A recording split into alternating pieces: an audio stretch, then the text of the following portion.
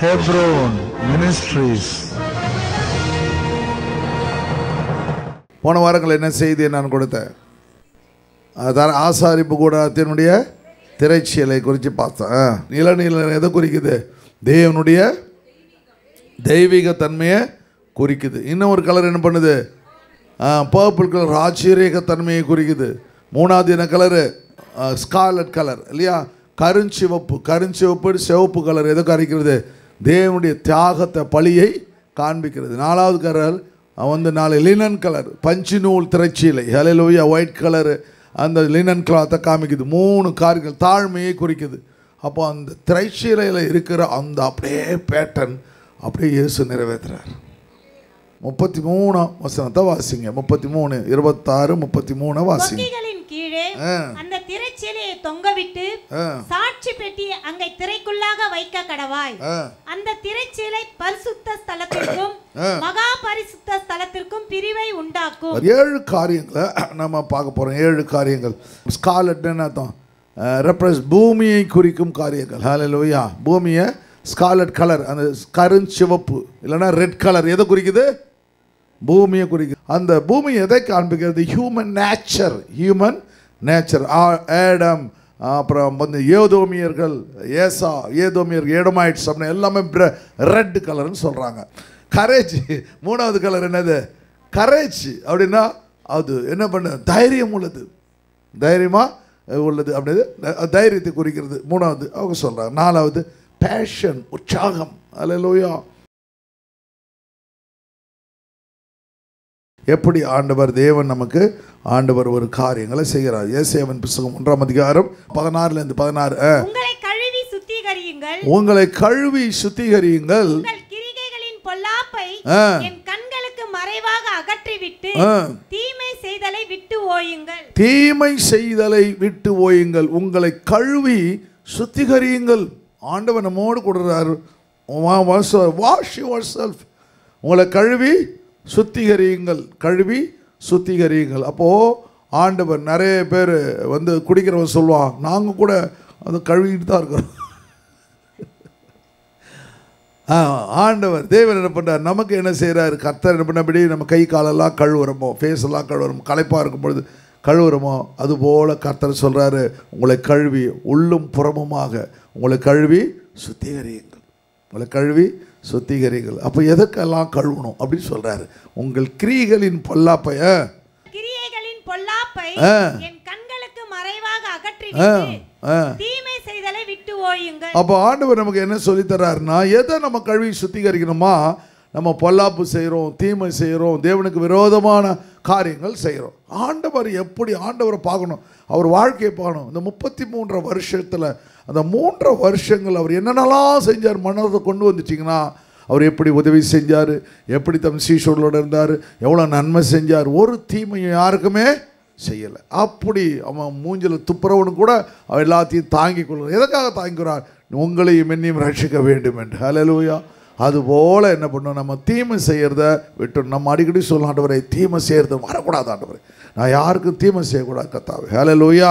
நான் நன்மை செய்ய என்னை தகுதிப்படுத்த ஆண்டவர். நீங்கள் இந்த கேட்குற உங்களை ரட்சிப்புகளை ஆண்டவரே என் பாவத்தை மன்னின்னு கடவுள் மன்னிச்சிடறாரு, என் பாவத்தை சுற்றி. அப்போது எந்தெந்த கேரக்டர்லாம் விடணும்னு நீங்கள் கேட்டிங்கன்னா கர்த்தர் மாற்றுவார்.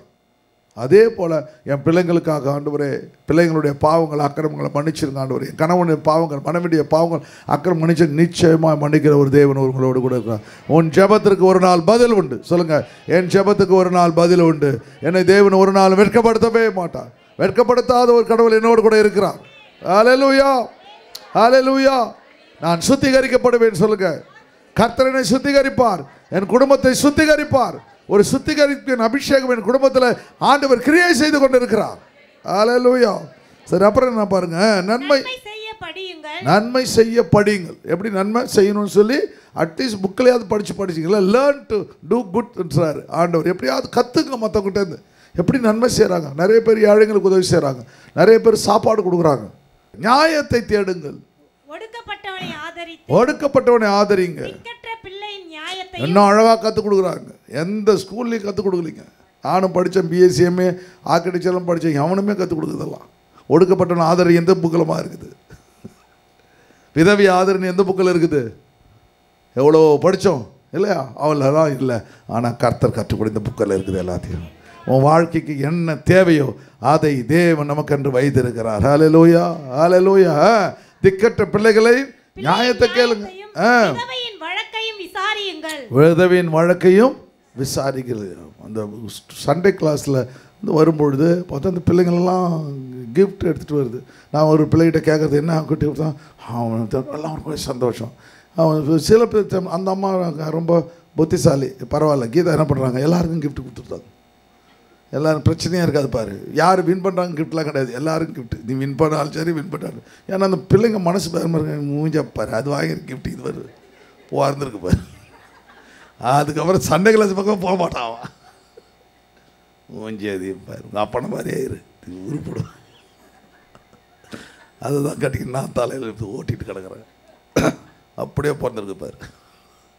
அவன் போகவே மாட்டான் சண்டே கிளாஸ்.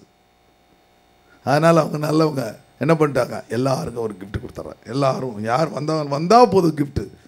அப்படி தான் இருக்கும். கர்த்தர் சொல்ல விதவியை வழக்கை எல்லாரை பற்றியும் சொல்லிட்டார் பாருங்க. ஒடுக்கப்பட்டவன் ஆதரிங்க, திக்கற்ற பிள்ளை, ஆளுங்களை குடும்பத்தை பேசிட்டாரு, அப்போ பிள்ளைங்களை பேசிட்டாரு. விதவியை பர்டிகுலராக சொல்கிறார். நம்ம சர்ச்சில் யார் யாரெல்லாம் விதவிகள் இருக்காங்களோ நீங்கள் அவர்களை விசாரிக்கணும். என்னம்மா சாப்பிட்டீங்களாம்மா? அதில் ஆரம்பிப்பாங்க. போச்சு, அது 3 நாள் இருக்கும் ஸ்டோரி. அதனால் என்ன பண்ணோம், பரவாயில்லம்மா புரிஞ்சுக்கணும், நம்ம புரிஞ்சுக்கிட்டோம். டக்குன்னு கவலைப்படாதீங்கம்மா, என்னம்மா பிரச்சனை அதை மட்டும் சொல்லுங்கம்மா. இல்லை டக்குன்னு அந்த பிரச்சனை என்ன பண்ண முடிஞ்சால் சால்வ் பண்ண பார்க்கணும். இல்லைனா நம்ம ஆறுதல் சொல்லிவிட்டு போகணும். எல்லாம் அப்படி தான்மா, எங்கள் வீட்லேயும் தான்மா நடக்குது அப்படின்னு சொல்லக்கூடாது. ஆமாம் பரவாயில்லம்மா, உங்கள் பிரச்சனையை கடவுள் தீர்ப்பாருமா, கடவுள்படாதீங்கம்மா, கர்த்தர் எல்லாத்தையும் ஆண்டவர் இருக்கிறாருமா, நம்ம யார் கைவிட்டார், கடவுள் நம்ம கூட இருக்கிறாருமா அப்படின்னு சொல்லி அவங்கள என்கரேஜ் பண்ணி விசாரிக்கிற ஒரு அனுபவம் வேண்டும்னு சொல்கிறாரு. வழக்காடுவோம் வாருங்கள் என்று கர்த்தர் சொல்லுகிறார். உங்கள் பாவங்கள் செவ்வேறென்று சகப்பா ரெட்டா ரொம்ப ஸ்ட்ராங்காக இருந்தான். சிவப்பு கலர் ஸ்ட்ராங் கலர் இல்லாமா, செவ்வேறு இருந்தால் கரேஜஸ் போட்டிருக்க. செவ்வேறு என்று இருந்தாலும் அடிக்குது பாரு, அப்படியே கலர் அடிக்குது பாருன்னு சிவப்பு கலர்.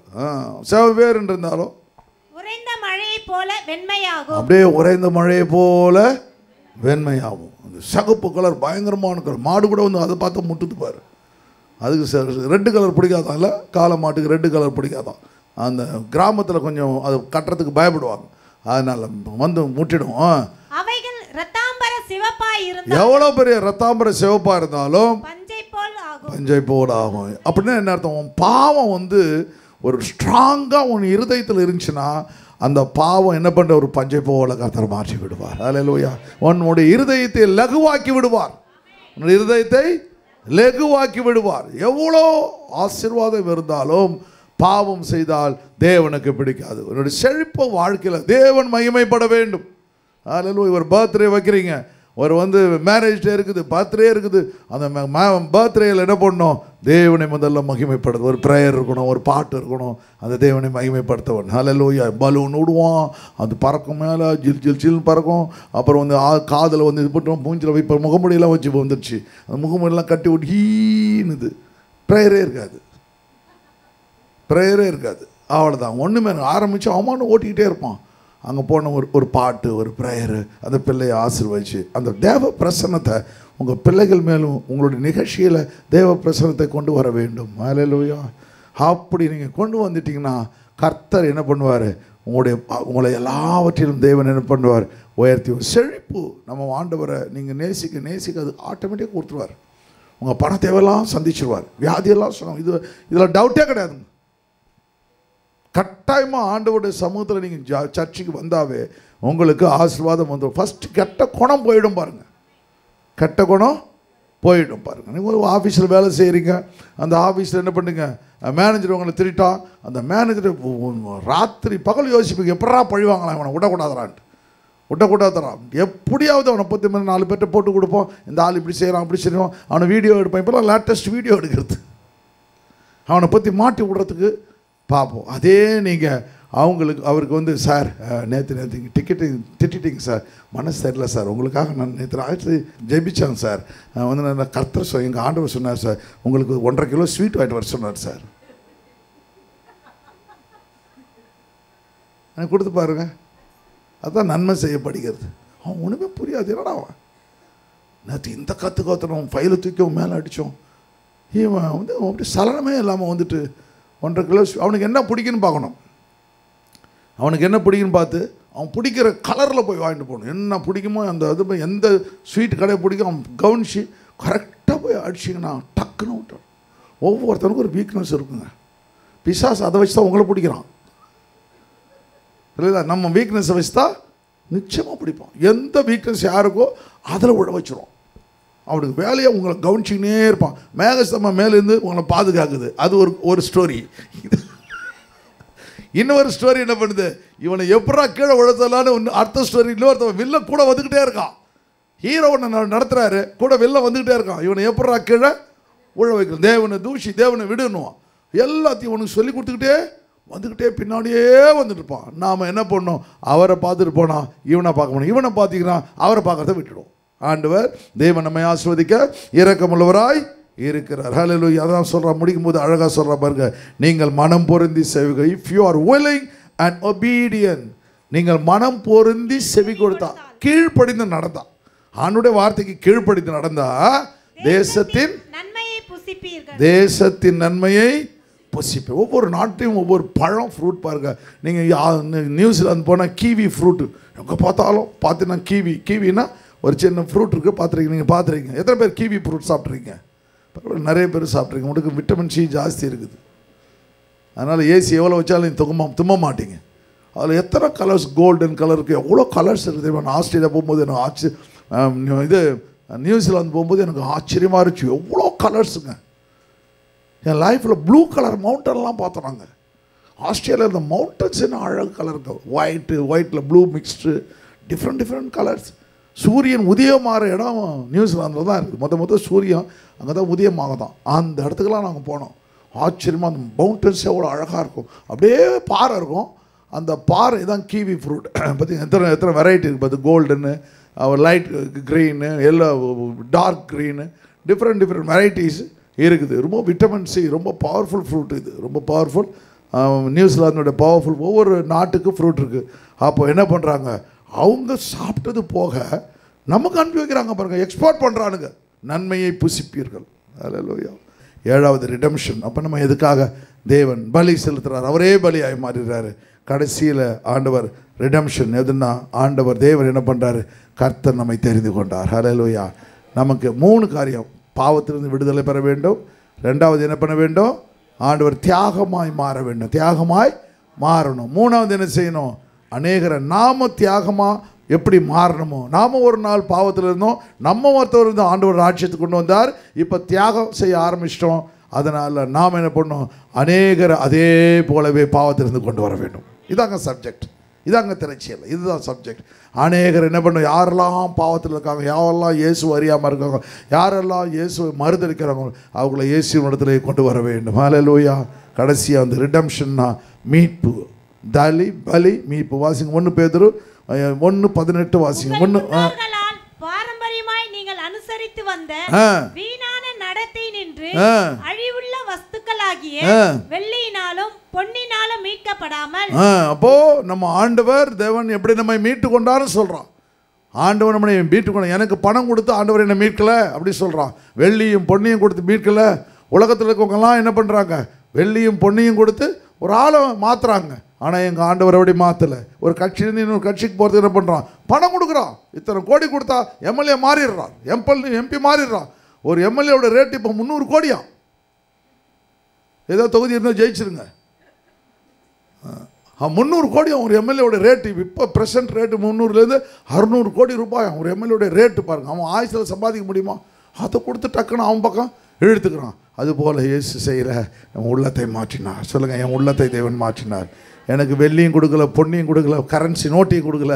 கர்த்தர் என்னோடு கூட பேசினார். எனக்கு ஒரு அற்புதம் கர்த்தர் செய்தார். ஹல்லேலூயா. நான் இயேசுவை ஏற்றுக்கொண்டது தேவன் கொடுத்த இரக்கம், தேவன் கொடுத்த கிருபை அப்படி சொல்லுங்க. ஹல்லேலூயா. பாருங்க, அழிவுள்ள வஸ்தினால் பொல்லின் புறம் மீட்கப்படாமல்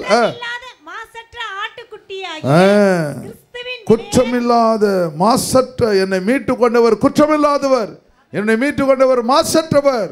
ஹல்லேலூயா.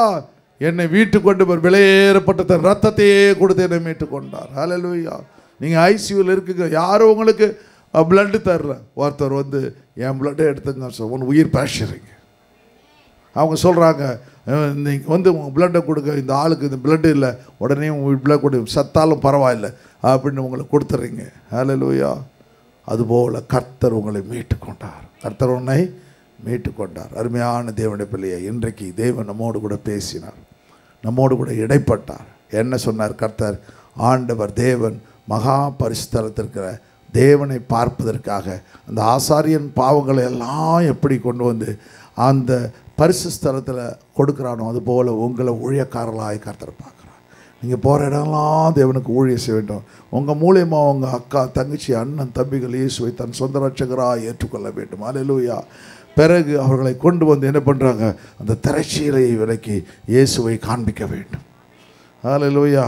அதற்காக 4 கலர்ஸை குறித்து நீங்கள் நம்ம பார்த்தோம். ஒன்று, ஆண்டவருடைய தெய்வீகத்தன்மையை நீங்கள் காமிக்கிறீங்க அவங்களுக்கு. ரெண்டாவது என்ன பண்ணுறீங்க? அவர்களுடைய ராஜரீகத்தை காமிக்கிறீங்க. ஒரு பெரிய ராஜா உங்களுக்கு, அவர் ஆட்டுக்குட்டி, அடிக்கப்பட்ட ஆட்டுக்குட்டி மாத்திரமில்லை, ராஜாதி ராஜா, கர்த்தாதி கர்த்தர் என்பதை காண்பிக்கிறீங்க.